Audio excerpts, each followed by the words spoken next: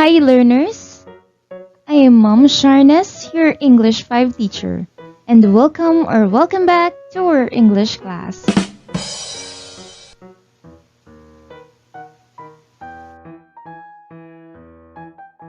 Our first lesson this quarter 4 is how visual and multimedia elements contribute to the meaning of a text. English 5 MELC-based lesson, quarter 4, lesson 1.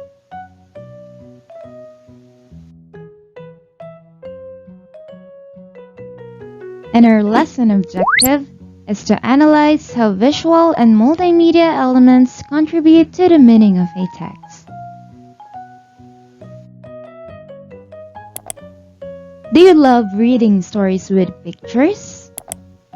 How about listening a recorded story of a novel in your phone or tablet? Do you enjoy seeing animations or characters' movements on some stories found on the internet? There are different ways to understand the text that we are reading. One way of doing so is through graphics, pictures, sounds, or videos supporting the words we read. These are called visual and multimedia elements. Visual and multimedia elements not just help readers to understand the difficult words in the text, but it also helps them to become more engaged in what they are reading. Sa pamamagitan ng visual and multimedia elements, nakakatulong ito upang maintindihan ng mga bumabasa ang mga difficult words sa story. At through visual and multimedia elements, mas nagiging lively ang kanilang pagbabasa dahil hindi lang plain text ang kanilang nakikita.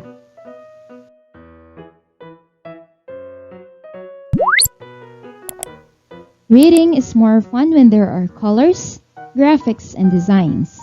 It contributes to the reader's understanding by widening their imagination as they read. Ito yung dahilan kung bakit pinapabasa o mas gustong basahin ng mga young kids ang mga books with colorful pictures or illustration. At dahil nga limited pa lang ang kanilang vocabulary, through visuals, they analyze and interpret what's happening in the story. Let me first talk about the visual elements. Visual elements help convert simple reading text to an adventurous tale where readers can see or imagine the story. From the word itself, visual elements, ito yung mga pictures, kagaya nito, drawings, comics,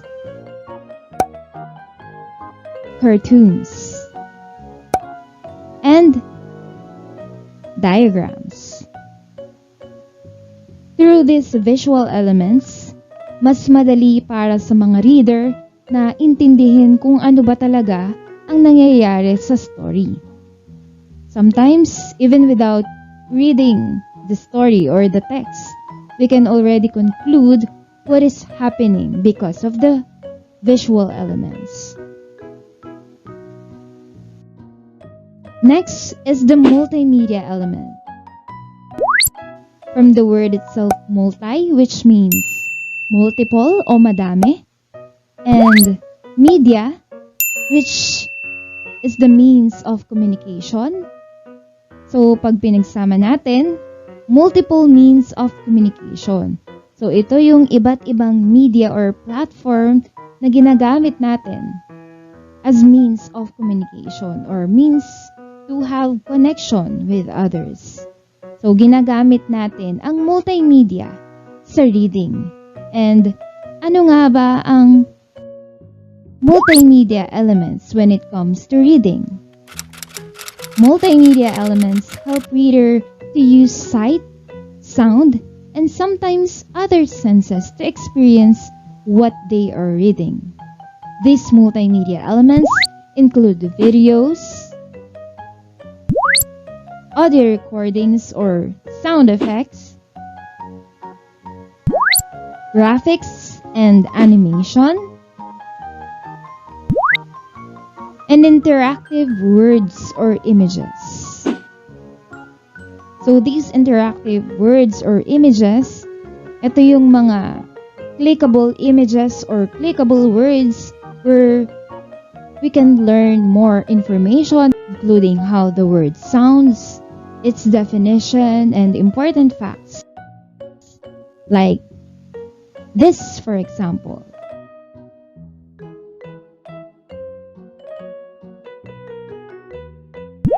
So those videos, graphics or animation, audio recordings or sound effects, interactive words or interactive images, those multimedia elements combine more than one type of medium, usually in digital form. So ginagamit natin ang mga computers, audio players, tablets, and smartphones para ma-explore ang iba't ibang multimedia elements.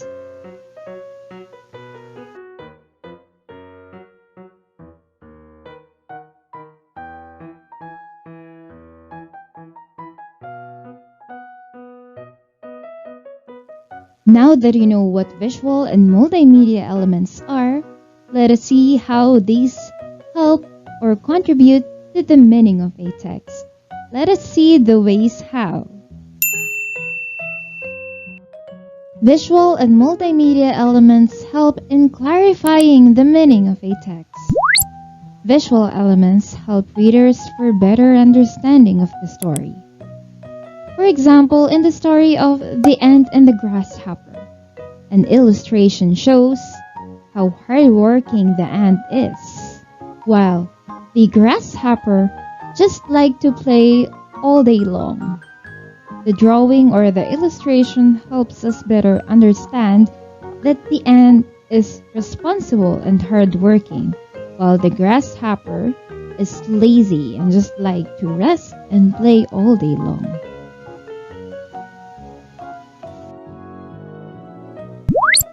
A video presentation or video clip can also clarify the meaning of the text by letting the readers view the facial expressions and body language of the characters used in the text.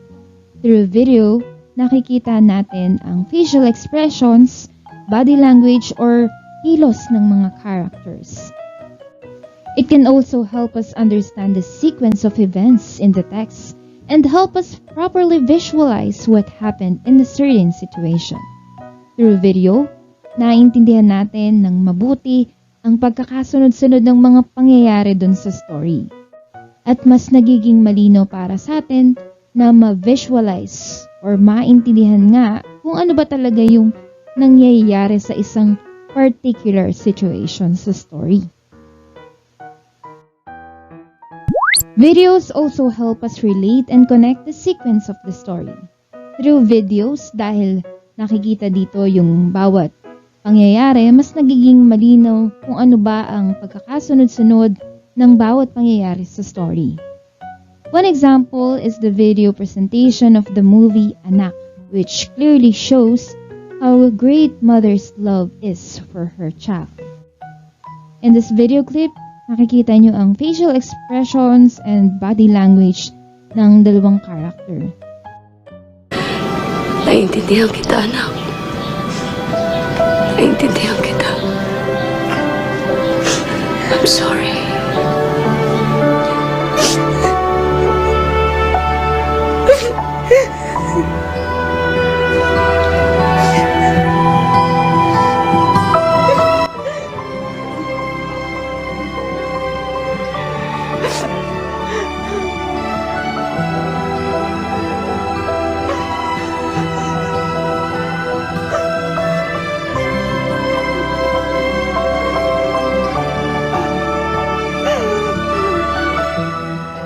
Through video clip, nakikita natin kung gaano ba katindi yung emosyon na nararamdaman ng bawat characters.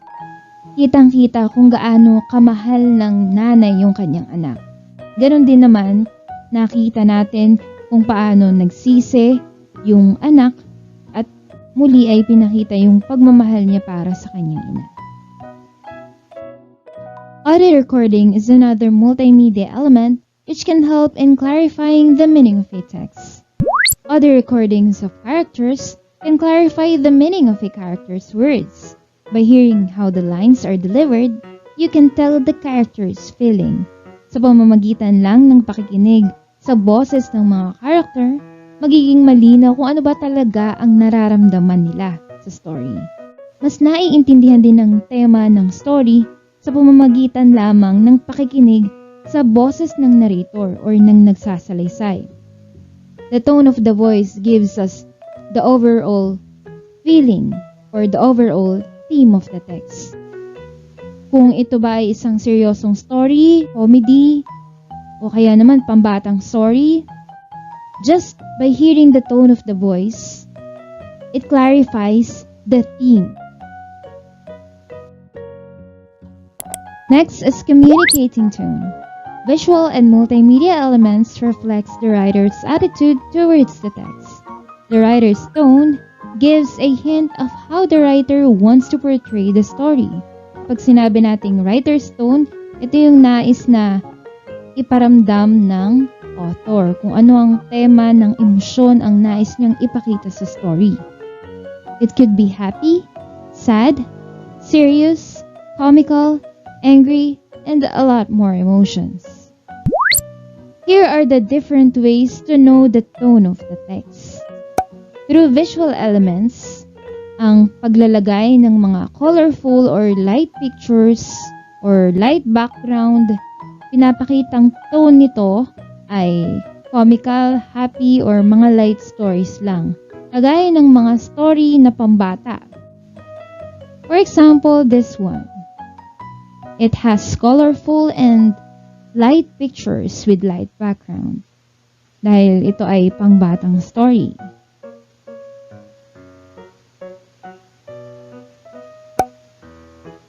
On the other hand, dark background with fuzzy image. So ito yung mga madidilimang background o kaya may mga pictures na hindi mo masyadong maintindihan.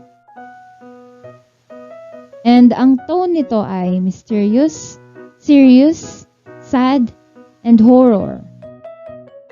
This one is a horror story.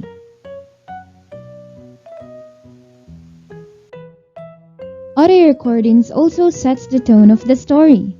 Malamang na-experience nyo na yung matakot dahil lamang sa nakikinig kayo ng isang nagsasalaysay ng horror story. Malamang na-experience nyo na tumitindig ang balahibo nyo habang nakikinig lamang doon sa nagkukwento. Audio recordings also help us to know the tone. For example, yung mga horror stories, ito ay karaniwan ninanarrate ng mayroong mababa or malalim na boses at dahan-dahan. Misteryoso ang tono ng boses. So, pakinggan natin itong example. Of a mummy. Its yellow-green eyes gleamed like a cat's eyes. She wanted to scream, but she was so frightened that she could not make a sound. The creature broke the window glass, unlocked the window, and crawled inside. Ayan. So, ganyan ang example ng isang horror story. And then, kapag naman mga comedy story, usually ang boses niyan ay may mataas na boses. Ganon din sa mga children's stories. Ang boses ay hindi nakakatakot, friendly pakinggan at high-pitched tone. Queen had a ball of gold made for the princess. One day, the princess was playing with her ball, but the ball fell into the pond. "I've lost my ball, made of gold," said the princess. She began to cry. A small frog hopped over to the princess. "I can get your ball back," the frog said. "Frogs can't talk," said the princess. "Well, I can." Sound effects also make a story more engaging and entertaining. Mas nakakaengganyo din basahin ng isang story kapag may mga sound effects. The third and last is enhancing imagery. Writers use narration to effectively describe the scenery of the story. sa pamamagitan ng pagsasalaysay na ilalarawan ng author or ng sumulat ng kwento kung ano ba ang makikita sa lugar na pinangyarihan ng kwento. Imagery is the language used by the writer to properly describe a certain scene, appearance, or things which you can imagine based on the description. So, imagery, ito yung tawag sa paglalarawan ng author doon sa particular na senaryo ng kwento o kaya naman ay paglalarawan ng mga karakter at ng iba pang bagay na makikita doon sa kwento. Ang tawag doon ay imagery. But through visual and multimedia elements, mas nagiging maliwanag sa atin kung ano ba yung nais na ipakita sa atin ng author.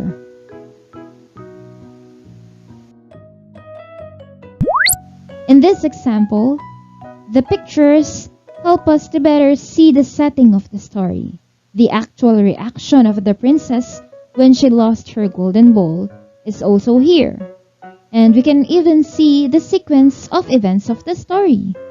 Sa unang picture, pinakita na nabitawan niya yung golden ball, and then sa next picture, nakita nga natin na tuluyan na nahulog yung bola doon sa ilog. Remember, learners, visual elements are pictures, drawings, comics, cartoons, and diagrams, while multimedia elements are videos, audio recordings, sound effects, graphics or animation like this one, and interactive words or images. And also, don't forget that visual and multimedia elements contribute to the meaning of the text through clarifying the meaning of a text, communicating tone, and enhancing imagery.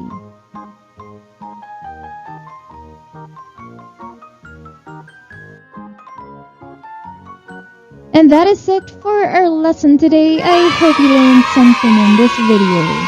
Once again, I am Mom Sharnas, your English 5 teacher. Till next time, class dismissed.